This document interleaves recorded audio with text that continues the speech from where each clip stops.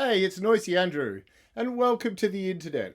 Today, I'd like to talk about that moment in every gamer's life when they meeting someone for the first time or a friend of a friend, and there's a bit of conversation, and suddenly someone goes, "Oh, you like board games?"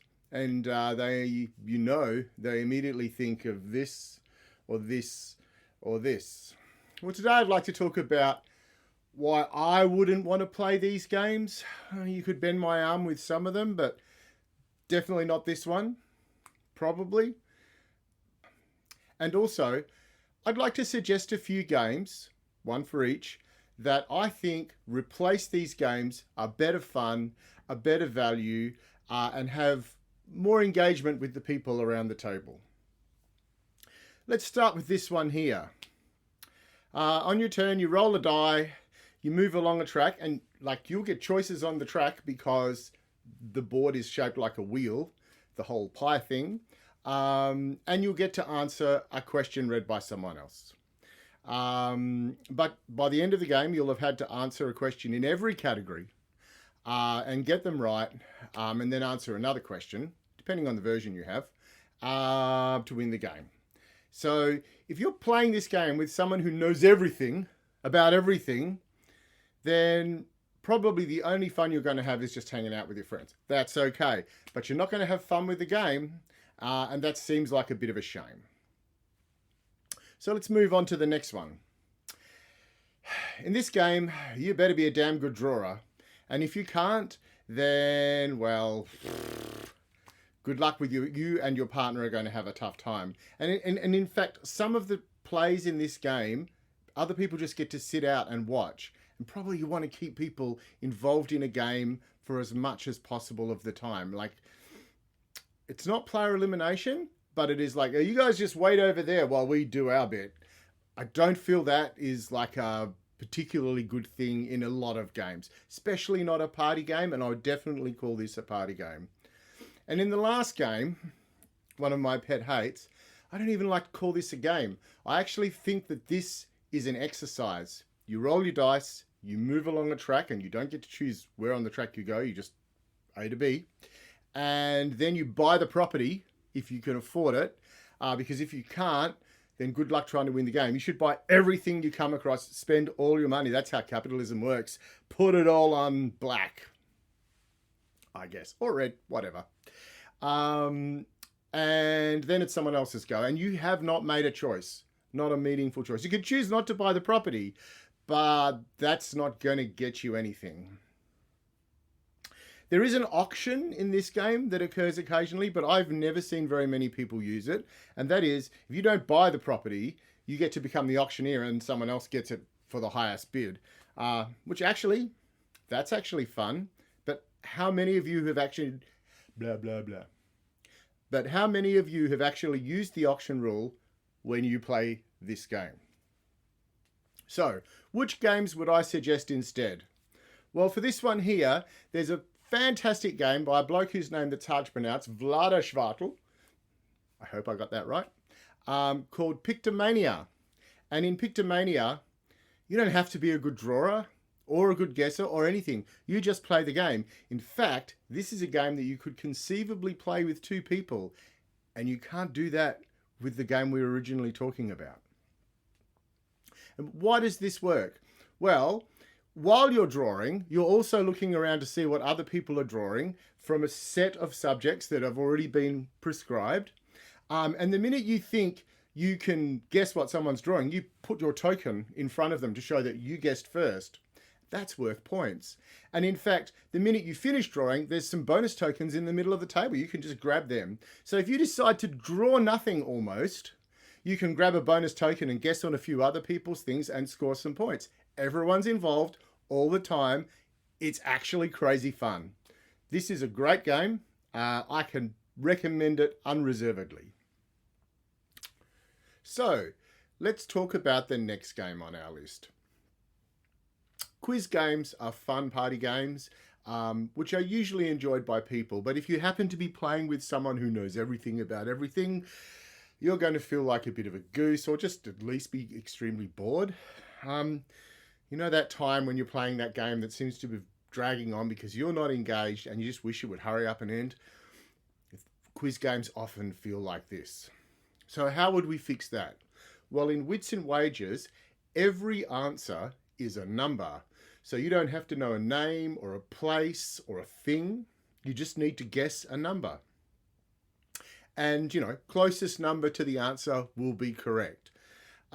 So even if you have no idea, you can have a stab. But there's more to it than that. Once everyone's written their guess down on their little card, they're arranged on a board and you're able to bet on who you think is right. So if you're not happy with your answer and you see someone else's answer that looks, pretty good, then you can bet on them and score points with them as well. So it doesn't matter if you don't know, you can have a go. And then when you see the whole thing pan out, you can go, well, actually, I'm going to go with that. And still score some points. So you can basically still do quite well without knowing too much. Not everybody knows who designed the Chrysler building, but you could probably have a guess at how high it is. There's multiple editions of this game out, depending on style and what have you. It's been published a few times, and it's sort of a little geographically dependent based on Uncle Sam, who sort of rules us all a bit. But even with that, it's still a lot of fun and I can recommend it. Now, the third game on the list, the Evil Christmas Party Fight Starter, was a harder game for me to come up with a substitute for. And in the end, I used the Board Game Geek search function where you can put mechanics in and it will make suggestions. So we needed a game that was roll and move, that had an auction in it. I know it doesn't get used very often in Monopoly, but it's there. And where you own property. And the game I came up with is a game called Colosseum, where the property you own is a performance space, a Colosseum. The roll and move is where you roll some dice and then you move some of the senators, noble people of Rome around a track, hopefully to land in your Colosseum when you're putting a show on.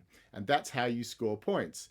As you play the game, you can pay to upgrade your Colosseum, make it bigger, put fancier stands in it, and what have you.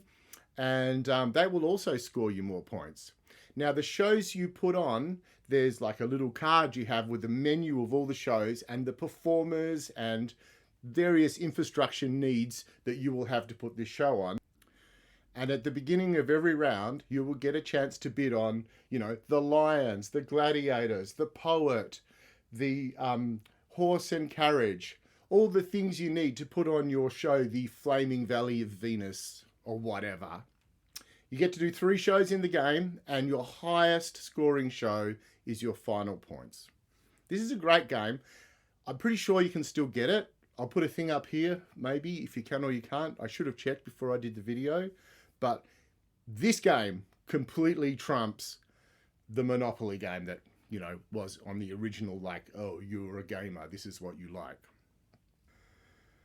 So there you go. There are 3 games which I think are fabulous replacements for the 3 games people usually associate with board gamers.